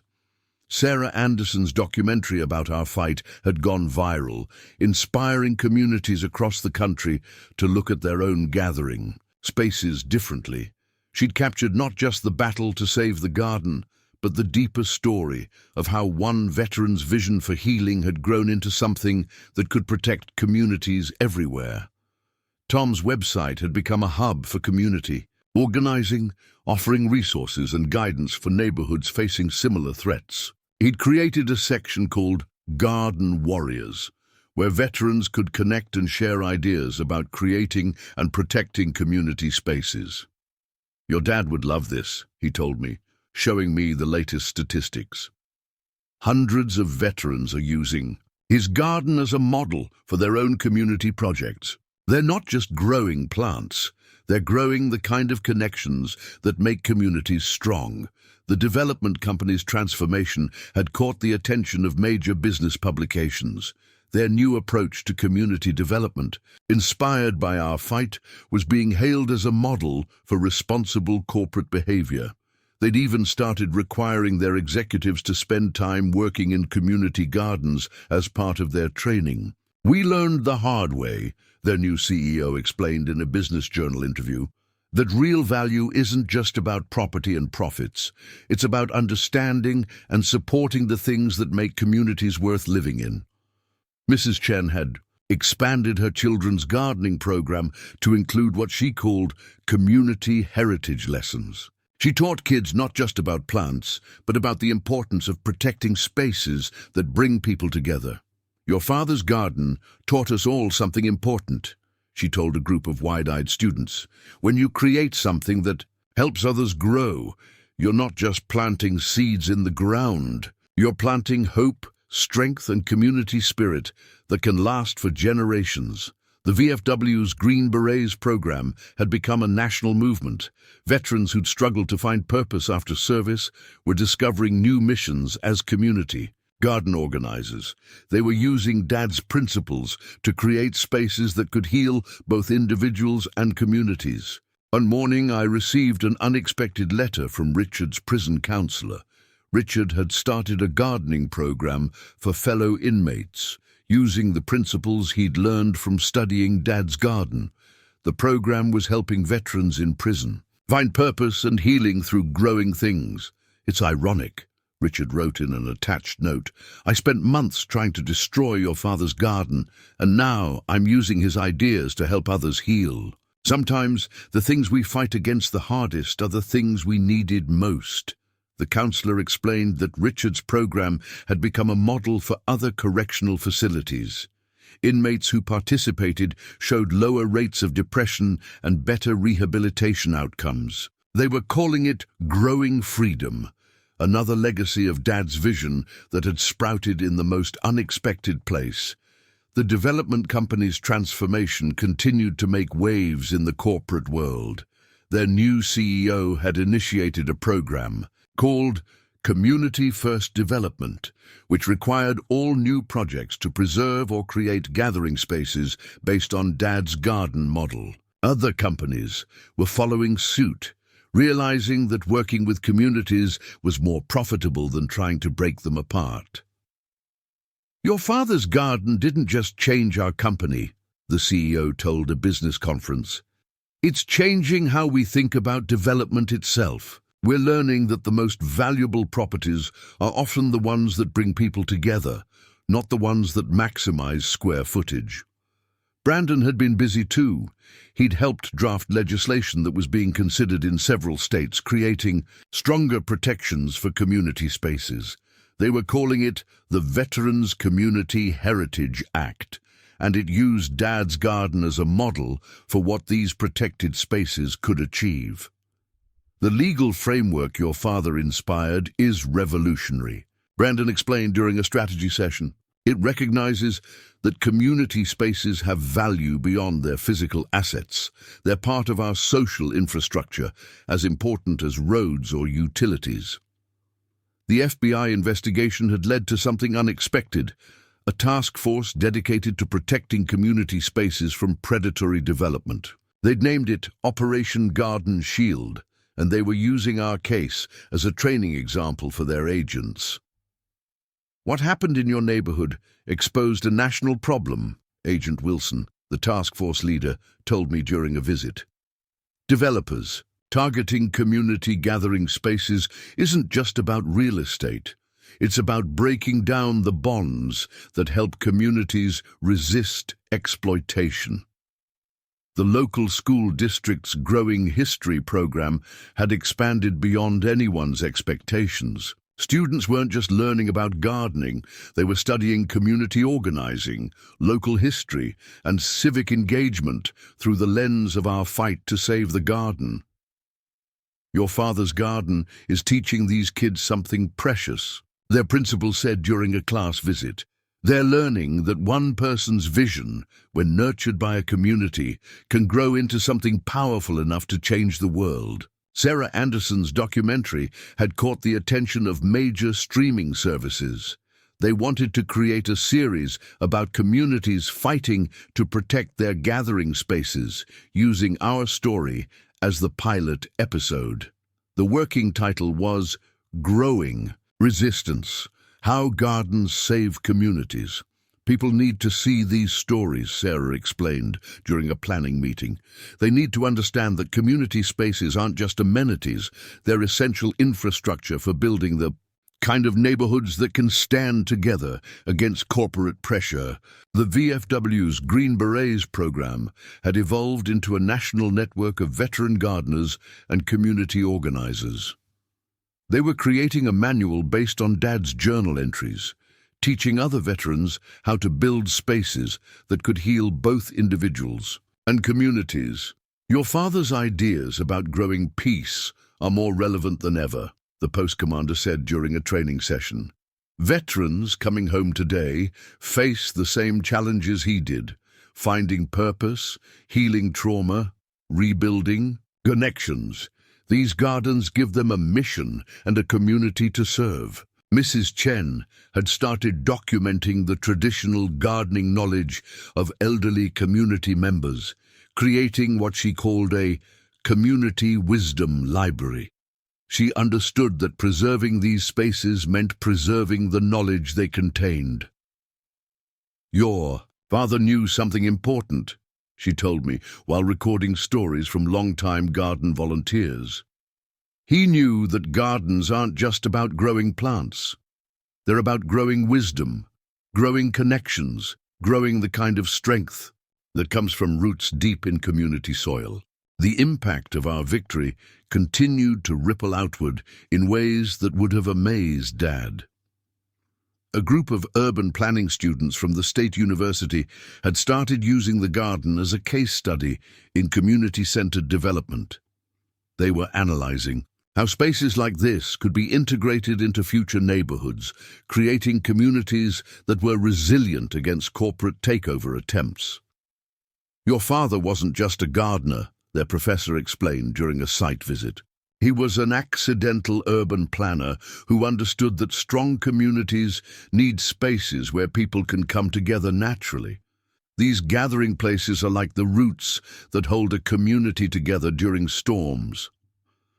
The federal investigation had uncovered something we hadn't expected: a pattern of developers specifically targeting veteran-created community spaces. The FBI's analysis suggested these spaces were seen as threats because they created the kind of strong community bonds that made neighborhoods harder to exploit. "What your father built here wasn't just a garden," Agent Wilson explained, showing me the task force's findings. "It was a blueprint for community resistance. These spaces create connections that make it almost impossible for developers to divide and conquer neighborhoods." The Heritage Site designation had inspired a new category in the National Register of Historic Places: Living Community Heritage Sites. These were places that weren't just historically significant, but actively contributed to community well-being. Dad's garden was being used as the model for evaluating potential sites. Brandon had been working with legal scholars to develop what they called the Community Space Doctrine, a legal framework for protecting gathering places based on their social value rather than just their historical or environmental significance. "Your father's garden is changing how we think about property rights," he said during a law school lecture. "We're beginning to recognize that some spaces have value that transcends individual ownership. They belong to the community in a deeper sense." The development company's transformation had caught the attention of business schools. They were using our story to teach future executives about the importance of community engagement and the real costs of predatory development practices. "We learned expensive lessons from this case," their new CEO told a class of MBA students. "The most Valuable properties aren't always the ones with the highest market price. Sometimes the real value is in the community bonds these spaces create. Tom's website had evolved into a full-fledged community organizing platform. Neighborhoods facing similar threats could connect with others who'd successfully protected their gathering spaces, sharing strategies and support. "It's amazing how many communities are fighting these battles," he said, showing me the latest statistics. "But thanks to your father's garden, they're not fighting alone anymore. They have a roadmap for victory." The VFW's Green Berets program had expanded to include what they called garden defense training, teaching communities how to protect their gathering spaces using the legal and organizational strategies we'd developed. "Your father's garden showed us that the best defense is growing something worth protecting," the post commander explained during a training session. "When people have a space they've invested in together, they'll stand together to protect it." Sarah Anderson's documentary had sparked a movement in independent journalism. Reporters were investigating similar cases across the country, exposing attempts to destroy community spaces and highlighting successful resistance efforts. "The media usually focuses on what communities lose in these fights," she said during a journalism conference. "But your father's garden showed us what communities can gain when they stand together: strength, purpose, and a deeper understanding of what really matters." Mrs. Chen's Community Wisdom Library had become a valuable resource for other neighborhoods. Creating their own gathering spaces, she documented not just gardening techniques, but the subtle ways these spaces build and strengthen community bonds. "Your father understood that gardens grow more than plants," she told a group of community organizers.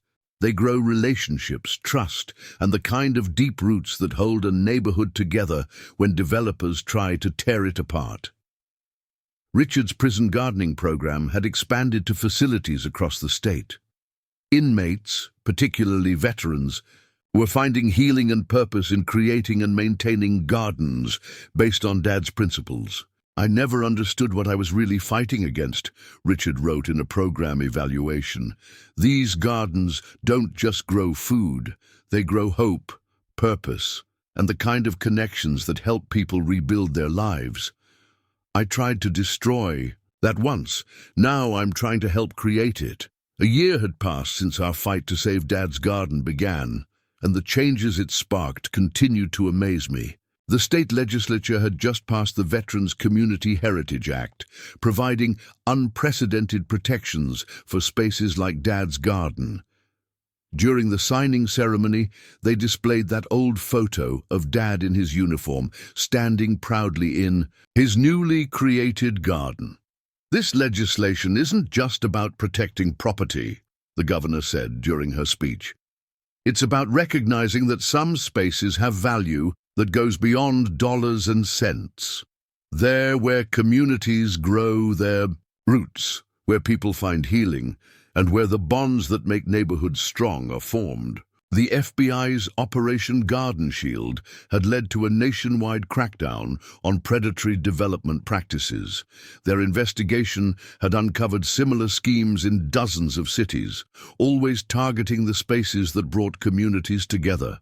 The Task Force's report used Dad's garden as a case study in both developer tactics and community resistance. "What we found was systematic," Agent Wilson explained during a press conference. "These developers weren't just after property, they were deliberately targeting the places that made communities strong. Your father's garden showed us why these spaces matter and how communities can protect them." The development companies' transformation had become a Harvard Business School case study. They were using our story to teach future business leaders about corporate responsibility and the true value of community spaces. The company had even created a fellowship program, helping veterans create community gardens in urban areas. "We're not just building properties anymore," their CEO told a business journal. "We're helping build the kind of communities that we once tried to tear apart." The irony isn't lost on us. We learned our most valuable business lesson from a garden we tried to destroy. Brandon's community space doctrine had been adopted by courts in several states. Judges were using it to protect gathering places based on their social and cultural value, not just their economic worth. The legal framework he'd developed was being taught in law schools across the country. "Your father's garden changed how we think about property rights," he explained during a bar association meeting. "We're finally recognizing that some spaces belong to the community in ways that transcend traditional ownership." Tom's website had evolved into a national network of community organizers. They were using our story to teach neighborhoods how to protect their gathering spaces and strengthen their community bonds. The site's Garden Warriors section had become a crucial resource for veterans creating their own community spaces. What started as a fight to save one garden has become a movement, Tom said during a community organizing workshop. "Your father's vision is helping communities everywhere stand up to corporate bullying and protect the spaces that matter most." The VFW's Green Berets program had expanded beyond anyone's expectations. Veterans across the country were creating gardens based on Dad's model, using them to help other veterans heal and communities grow stronger. They'd even started an annual conference, sharing strategies for creating and protecting these spaces. Sarah Anderson's documentary had won several awards and sparked a series of similar films about communities fighting to protect their gathering places. She was working on a follow-up project, documenting how Dad's garden had inspired a national movement. "People need to see these stories," she told me during a filming break. "They need to understand that community spaces aren't just nice to have. They're essential to creating neighborhoods that can stand together against corporate pressure." Mrs. Chen's Community Wisdom Library had become a valuable resource for the Smithsonian's Oral History Project. They were documenting how community gardens, particularly those created by veterans, helped heal both individuals and neighborhoods. "Your father understood something profound," the project director said. "He knew that healing doesn't just happen in therapy rooms or hospitals. Sometimes it happens in gardens where people can work together, grow together, and rebuild their sense of purpose." Even Richard's prison garden program had achieved remarkable success. The State Corrections Department was implementing it in facilities across the country, using it as a model for rehabilitation and community building behind bars. "I never thought I'd say this," Richard wrote in his latest letter, "but your father's garden saved me too. It showed me that real value isn't in property development, it's in developing the connections that make communities strong." As spring returned to Dad's garden, something remarkable happened. The development company that had once tried to destroy this space made an unprecedented announcement. They were donating all the surrounding properties they'd acquired to a new community trust. The land would be used to expand veteran-created community spaces using Dad's garden as a model. "We're not just admitting we were wrong," their CEO announced during the dedication ceremony. "We're trying to make it right. These spaces will be protected forever, ensuring that what happened here can never happen again." The trust would be managed by a board that included veterans, community members, and even some of the whistleblowers who'd helped expose the company's previous tactics. They were calling it the Growing Peace Trust, and its first project was creating a network of protected community gardens across the city. Brandon had helped draft the trust documents, incorporating all the legal protections we'd fought so hard to establish. "Your father's garden isn't just protected now," he explained. "It's become a seed for something much bigger, a new way of thinking about community spaces and how to preserve them." The FBI's investigation had concluded with a series of high-profile indictments. Richard wasn't the only one facing consequences.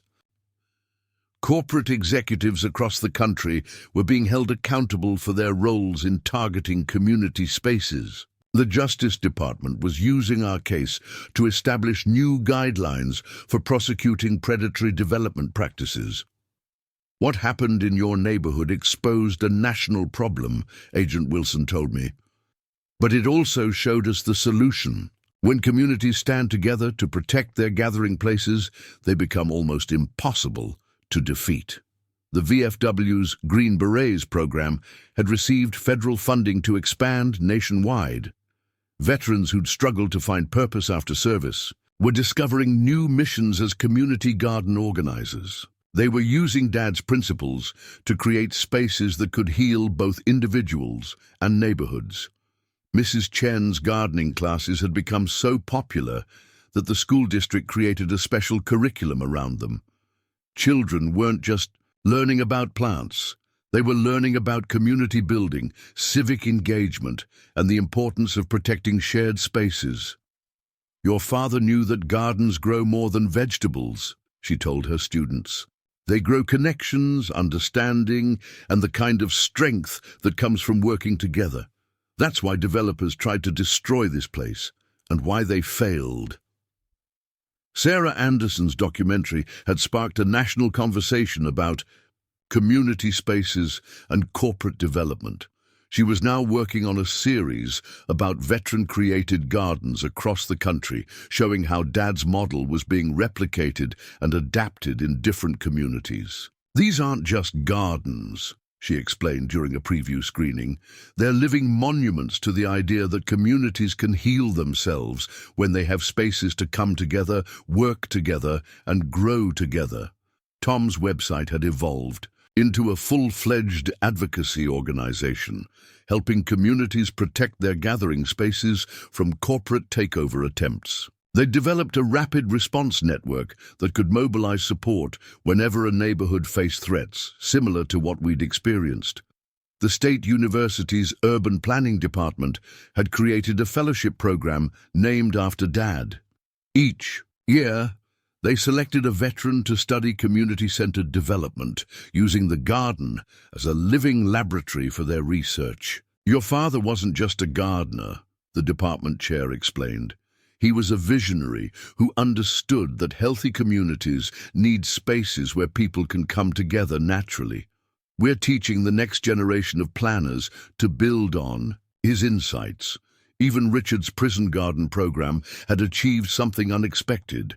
Inmates who participated showed significantly lower recidivism rates, and several had gone on to create community gardens after their release. The program was being studied as a model for rehabilitation through community service.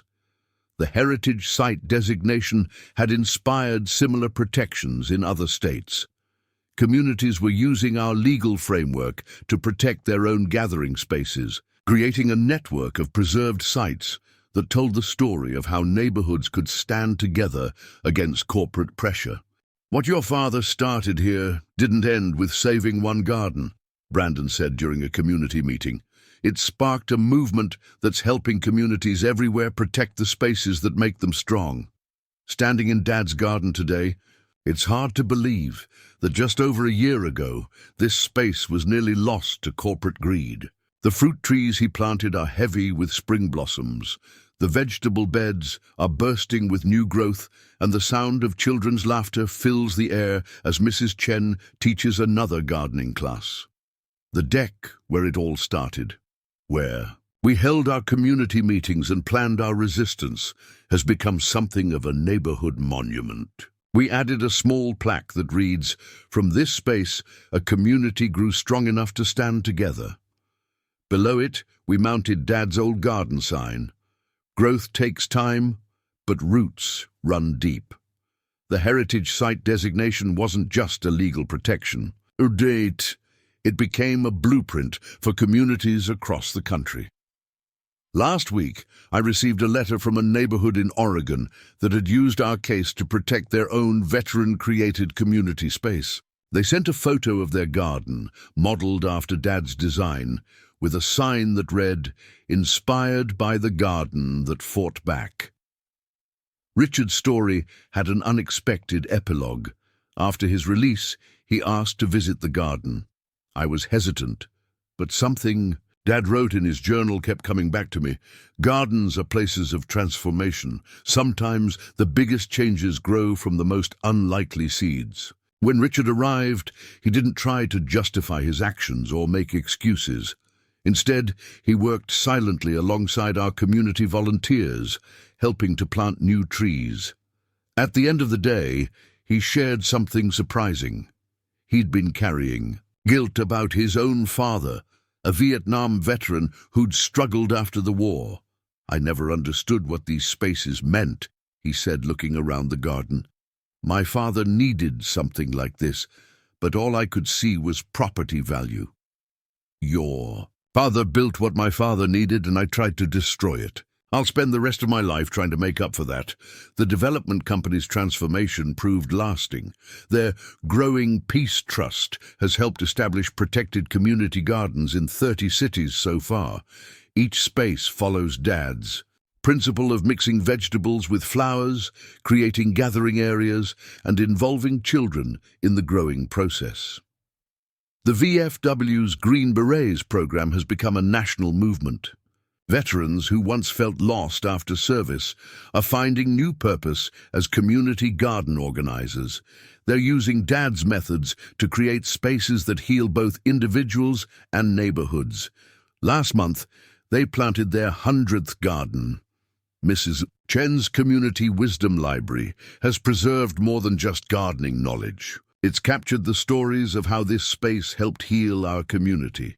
From veterans finding peace in working the soil, to children learning where food comes from, to neighbors becoming family while tending shared plots. The FBI's Operation Garden Shield continues to protect communities from predatory development. They've prevented dozens of attempts to destroy gathering spaces like Dad's garden. Agent Wilson tells me they keep a photo of our garden in their office as a reminder of what they're fighting to protect. Brandon's legal framework has become standard. Teaching in law schools, the community space doctrine he developed using our case has helped protect hundreds of gathering places. He says Dad's garden changed how we think about property rights, showing that some spaces belong to the community in ways that transcend ordinary ownership. Tom's website has grown into a national network of community organizers. They use our story to teach neighborhoods how to protect their gathering spaces and strengthen their bonds. The Garden Warriors section has become a crucial resource for veterans creating their own community spaces. Sarah's documentary inspired a wave of similar films about communities fighting to protect their gathering places. But more importantly, it preserved the story of how one veteran's vision for healing grew into something that could protect communities everywhere. Looking at the garden today, I see more than just the space Dad created. I see the power of a community that refused to be divided. I see the legacy of a veteran who understood that the best way to heal wounds is to grow something beautiful. I see proof that when people stand together to protect what matters, they can overcome any obstacle. Dad's last journal entry, written just days before he passed, seems especially meaningful now. 20 years ago, I planted a garden hoping to heal my own wounds from the war. What grew here was something bigger, a space where a community could come together, where children could learn, where veterans could find peace. Remember this, the strongest gardens aren't the ones with the highest fences, but the ones with the deepest roots in the community's heart. Those roots prove strong enough to withstand corporate greed, HOA, overreach, and every other threat that came our way. They're still growing stronger every day, spreading to other communities, helping other gardens take root and flourish. So if you're facing your own battle to protect something precious, remember this story. Remember that sometimes the most powerful resistance isn't in fighting back, but in growing something worth protecting. Remember that when communities stand together, their roots run deeper than any developer's pockets. And remember that my father's garden didn't just survive, it showed us all how to grow stronger together. Up next, you've got two more standout stories right on your screen. If this one hit the mark, you won't want to pass these up. Just click and check them out.